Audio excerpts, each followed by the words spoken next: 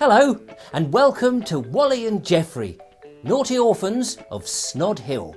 Every now and again, Mrs Slimebottom, the matron of Snod Hill Orphanage for Waifs and Strays, likes to do a dormitory inspection. Wally likes to make sure that he gets top marks for a tidy room, whereas Jeffery, he likes to have a good snooze in the morning. Jeffery, wake up! Come on, lazy bones! What time is it? It's morning time. Now come on, Whiffy Bum will be on the rampage if we don't get the place tidied up shortly. My clock says it's 5 a.m. Yes, it is. In the morning. Yes, that's right, Jeffery. 5 a.m. is in the morning. Early in the morning. Yes, well, today is inspection day, and unless you want to be taken down into the dim, dark cellar and have your bottoms thrashed, I suggest you get out of that bed and help me tidy up the bedroom. Why? Why? Because look, the place is a mess. There's plastic soldiers and Lego bricks and paper aeroplanes all over the place. It's not my mess. Well, never mind whose mess it is. Get up and help me tidy it up. Yeah, but I put all my toys away last night before I went to bed. What's that got to do with it? What's that got to do with it? Yes. Don't just repeat what I said. Well, why should I tidy up your mess? Because, Jeffery, I am your older brother, and you should know better than to question your elders. You're only older by a year. Yes, but those 360 days make all the difference. 360 days? That's a short year. Look, will you get out of that bed and help me tidy up, because it won't be just Mrs Slimebottom's birch rod giving you a whack. I will punch your lights out. Oh, all right. So Jeffery staggered out of bed and put on his dressing gown and headed off towards the bathroom. Hey, just a minute. Where do you think you're going? I'm just going off to clean my teeth. But we haven't got time for all that. I've got to clean my teeth, haven't I? I don't want my incisors falling out. But can't you do that after? Oh, all right. I'll do it after I've had my bath. Bath? Well, you don't expect me to stay smelly, do you? Have your bath later. I haven't had a bath for a week. You don't want me to pong when Whiffy Bum does her rounds, do you? Have it later. Oh, all right. I'll do it later. I'll just go and have a poo. You haven't got time to have a poo. What?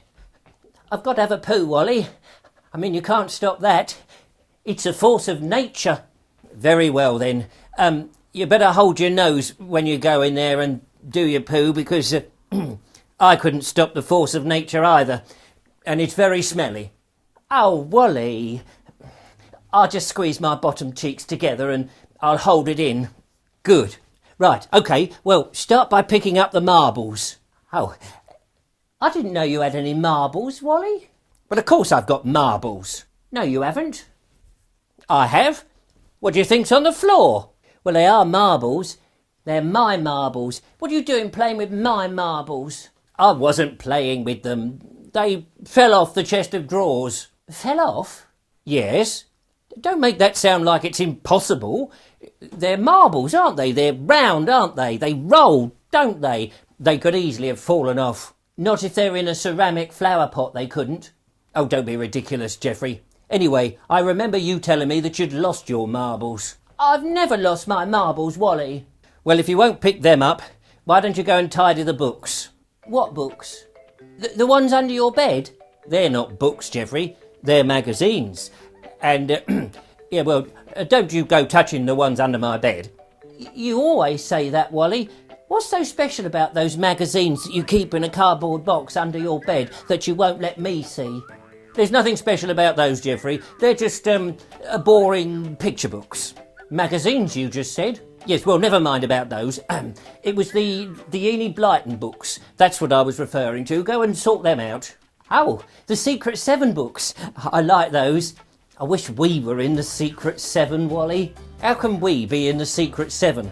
There's only 2 of us. Well, the Famous 5 then. We can't be in the Famous 5 for the same reason.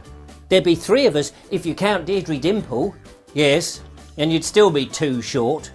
Here, we could be the Thrilling 3. Stupid. And if Deirdre doesn't want to be in it, we could be the terrific two. Yes, and you could be the weird one. Look, will you go and pick up them books? So Jeffrey picked up the books, and then he found something tucked away under a shelf. Hello? Here, Wally, what's this doing here? What? This Cindy doll? Nothing. I just borrowed it from Deirdre Dimple. You borrowed it? Yes. Nothing wrong with that. I'm going to give it back. Don't you worry. Were you playing with it, Wally? Not what you might call playing with it. What then? I was just brushing its hair. Brushing its hair? Yes. What, you going to make something out of it, are you? No. Were you just sort of, trying to work out a new hairstyle for yourself, Wally?